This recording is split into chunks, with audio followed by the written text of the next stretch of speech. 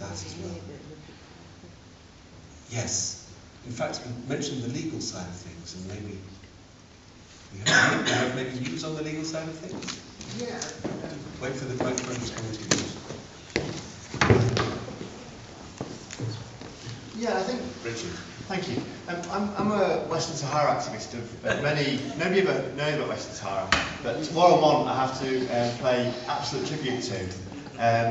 Western Sahara is the other occupation in the Middle East and North Africa. It was occupied by Morocco, and for nearly as long as the Palestinians have been occupied, the Western Saharans have as well. Many people don't know about all that.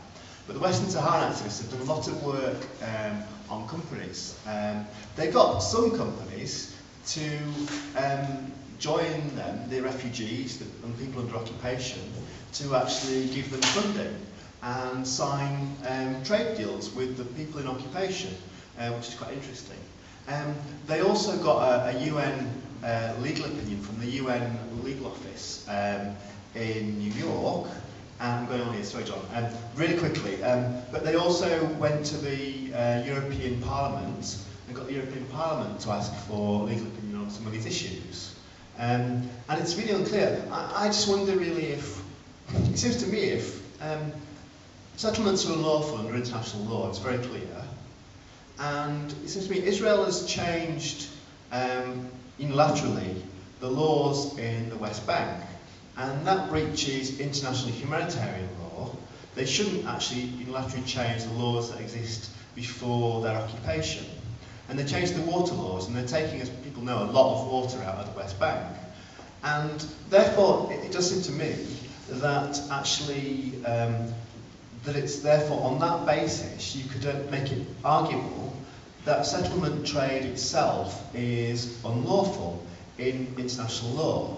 Now, nobody, I mean, we might say that as activists, but what activists might think, as individuals, it doesn't in some ways matter in a way.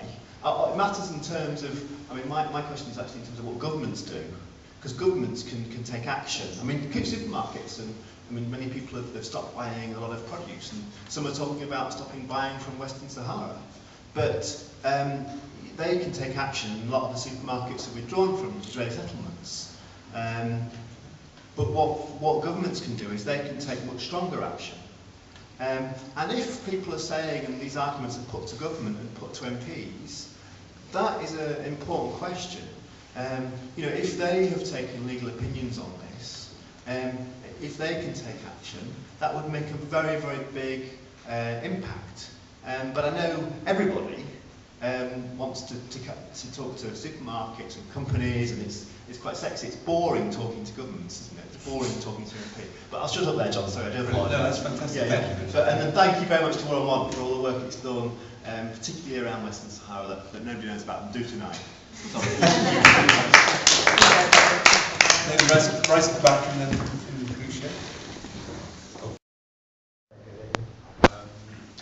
As international trade researchers all agree that if you're out of the WTO, you're susceptible to a lot of unilateral. So touching on what you were saying, unilateral free trade action. There's a lot of development now to WTO dispute settlement mechanism as another avenue, which the Russell Tribunal, I don't think looked at. And that if you look at the WikiLeaks paper from 2009, US currently are supporting Palestinian bid for WTO observer status. So there's nothing stopping non-state status working with another state, perhaps, from raising, at least naming and shaming and getting the processes out there. Because I don't think they've lodged, any state have lodged a complaint where you don't necessarily have to state the territory, but you can state, say, bananas or whatever, and address disputes that way. So there are a number of pro bono lawyers who actually could help Palestine on this. So I don't know what the Russell Tribunal is on using international trade methods. WTO, the idea of using it as a weapon is quite an interesting one, but that's good, thank you. And two at the back, next to each other. In anywhere in the world that someone tells me that, I may understand. But in Britain, shouldn't Palestine be part of British history? And I'm talking schools, but both Palestine and Israel. I think it is quite an important part of British history that should be taught to students. So I'm always surprised when someone tells me, well, I don't know about Palestine. So thank you. Absolutely. Let me come back to the panel then one more. Sort of tricky one about maybe coming to the WTO as an observer, which may link also with the UN observer status. I don't know, but certainly the WTO. Can you start? Sure. Well, in reference to the last question, I'm coming from the United States, and so you can be assured that the level of intelligence and dialogue about the issues of Palestine are much higher in the UK, and so it could be worse. I'm not in the States, so no. Right, so then we can discuss that. Also, I mean, I don't have nearly the wherewithal or the expertise of analyzing these specific issues of boycott and how to implement and strategize, but I just want to say that I think it's important to take note of how effective and successful these initiatives have been. As I was saying earlier, it's good to take some pause and just analyze the situation that, as you correctly said, the academic boycott is now becoming much more of an issue inside of Israel. And the complicity of Israeli universities in the Israeli occupation, and specifically also in Israel's many wars, is incredible and does, I think, open, and I'm saying this as an observer, open a new area of really targeted work. And just in terms of, I think the first step is to demonstrate this, moving away from the corporate model, but maybe this is perhaps another book to be discussed in the future. But I was personally shocked as someone that's investigating this conflict all the time at the level of cooperation that exists between the security establishment and the academic institutions. It's absolutely beyond imagination that these policies of disproportionate force and things like this are just crafted inside the halls of Israeli academia. And I studied at the Hebrew University, which is it's just wild to think about. And yeah, I'll just leave it at that. So. In terms of the academic boycott, I work with the Palestinian Academic and Cultural Boycott Initiative, and I think one thing we have aimed to do was to place the guidelines for the academic boycott on the website and continuously refine them with all of the examples that are coming up. And I think right now we have a very good guide about what the academic boycott would be, and we keep reiterating that it's an institutional boycott, not an individual boycott, and of course people like to confuse this all the time, even though we reiterate it so often. In architecture specifically, it's a very interesting case, because what architecture means in the Palestinian, just in terms of Palestine generally, the geography. We were commenting when we were in South Africa about how ugly the scene has become because of the conflict, because of the way Israel manages the landscape, and not just the apartheid wall, but everything. To divide such a small territory in that way, it's truly disgusting, and it shows that they have no value for the actual land. And I often say, you see the Palestinians, how much they love the land, the way they hug the trees when they're being uprooted. Only someone that doesn't love the land can actually do that, uproot olive trees that are that old. Sorry to sidetrack, but to go back on architecture, the specific one that's coming up, I think the best way is to work in collectives with academics here and to work in collaboration with PACMI from Palestine. In terms of Palestinian universities, all of them have unequivocally said they are for the academic boycott and that they're supporting it. They're not for these collaboration projects where they get some access, but what it means is that they're normalizing with Israeli universities, and that has been unequivocal, signed by all Palestinian universities. And I'd be happy to speak to you afterwards about the specifics of the case. I just want to make a point actually about not the academic, but the cultural boycott.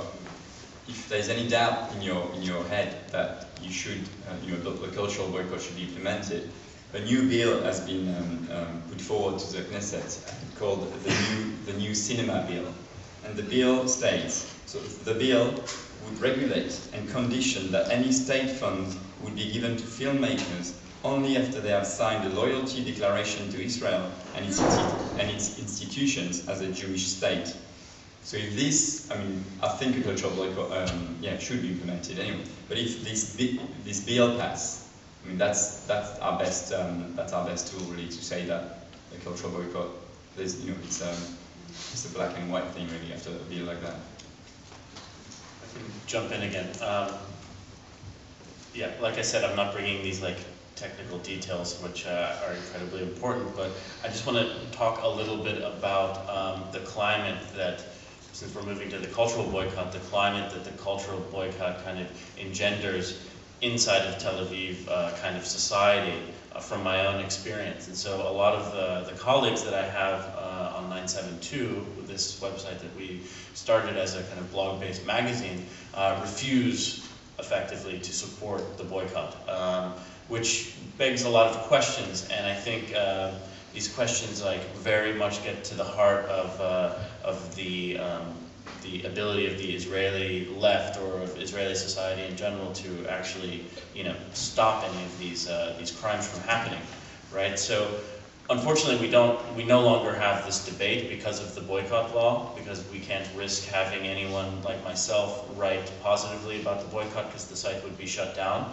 But ultimately, you have a number of people that support kind of Palestinian, that they're active in Palestinian solidarity movements. They often go to Bilin and these kinds of villages, active in the joint struggle. And then when you get to this issue of boycott, there's a wall that's thrown up. I think that primarily the reason here is that the boycott is a Palestinian movement and it's run by Palestinians. And this is something that in Israel, even in many segments of the Israeli left society, they're just not ready or able to deal with that initiative. And so oftentimes when I was hearing these questions about how to do this, how to do that, I mean, ask Palestinians, ask PACB and ask the BNC and all this kind of stuff, and they're very approachable, and you can, take your directives from Palestinians, because that's perhaps what's so important in this movement. If we can just think of it, kind of theoretically, that Palestinians are, despite this situation of fragmentation and occupation, very much controlling their destiny in this absolutely incredibly beautiful non-violent way, in a situation that's typified by so much violence. And I also think, ultimately that this is what kind of drives Israelis insane, and the fact that the bottom line is that, artists don't come to Israel anymore. I mean, Israeli society, and I absolutely understand their reasonings, wants to be considered normal. It wants to be considered a normal Western country. This is what helps the cognitive dissonance that perpetuates the occupation to function, is normality. And the boycott absolutely pinpoints that issue of normality and says, no, I'm sorry, you're not a normal society. You have to be held accountable for the transgressions that you are committing on a regular basis, even if you're not directly committing them. You are part of a society that is doing that, and ultimately it's absolutely effective. That's just, the proof is in the pudding. The laws that are being passed now demonstrate without a doubt the effectivity of the boycott movement. Thank you very much, Joseph. Sorry, I just want to talk again. Half a minute. Yeah, for sure. But I think really, I guess the audience is mainly pro-justice and therefore pro-Palestinian. But I think that it's important to remember who clearly boycott who. Israel doesn't call for civil society for boycott. They bomb universities. They closed every university for 4 or 5 years during the second Intifada. So that's a real boycott. So for people that still think, we shouldn't boycott them, discussion, talks are important, just stop your internal conversation and boycott them. Okay.